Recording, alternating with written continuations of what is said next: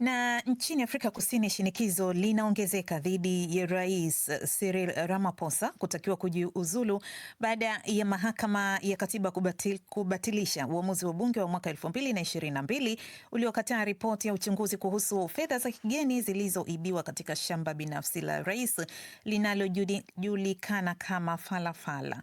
Ripoti hiyo ya jopo la kifungu cha 89 ilibaini kuwepo kwa ushahidi wa awali unaoonyesha huenda rais alikiuka katiba ama sheria. Hata hivyo, Ramaphosa ametangaza kuwa hatojiuzulu na badala yake atapinga ripoti hiyo mahakamani, wakati bunge likiwa linaanza mchakato wa kuunda kamati ya uchunguzi wa kumwondoa madarakani. Mingi zaidi ni kutoka kwa Bryson Bichwa aliyoko huko Pretoria.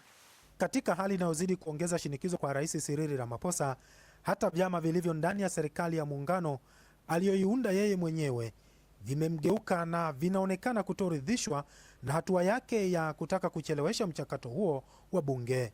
Mbunge wa chama cha Democratic Alliance Karabo Kakau amesema hakuna aliye juu ya sheria hapa Afrika Kusini. Hakuna mtu aliye juu ya sheria katika nchi hii, hata kama ni amiri jeshi mkuu. Ni lazima naye afike mbele ya bunge kutoa maelezo kuhusu yaliyobainishwa katika ripoti ya jopo la watu watatu, ambayo inaonyesha kuwepo kwa ushahidi wa awali wa ukiukaji wa sheria. Wakati huo huo, chama cha wapigania uhuru wa kiuchumi EFF kimeendelea kushinikiza Ramaphosa aondoke madarakani mara moja. Mwenyekiti wa chama hicho Julius Malema amesema haiwezekani kwa rais kuendelea kuongoza nchi huku akikabiliwa na mchakato wa kumwondoa madarakani.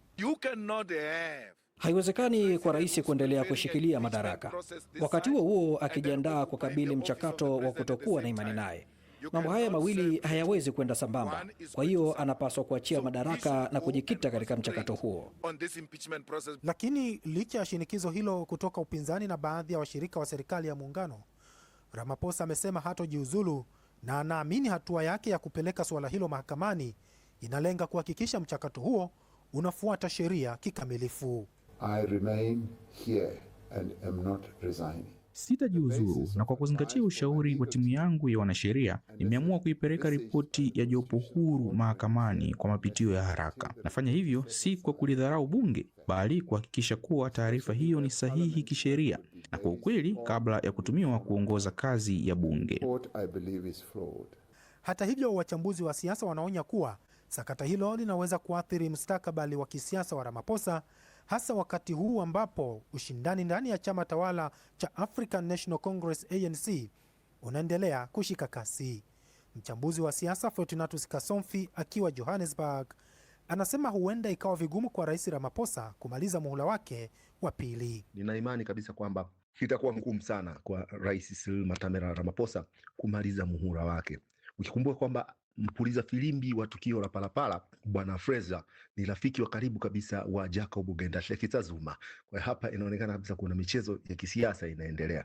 Ni ngumu sana yeye kumaliza muhula wake wa pili. Kwa sasa macho ya wengi nchini Afrika Kusini yanaelekezwa bungeni kuona iwapo kamati ya uchunguzi itaundwa haraka na kama hatua hiyo itafungua ukurasa mpya wa kisiasa kwa rais anayekabiliwa na moja ya misukosuko mikubwa zaidi tangu aingie madarakani. Bryson Bichwa, DW, Pretoria.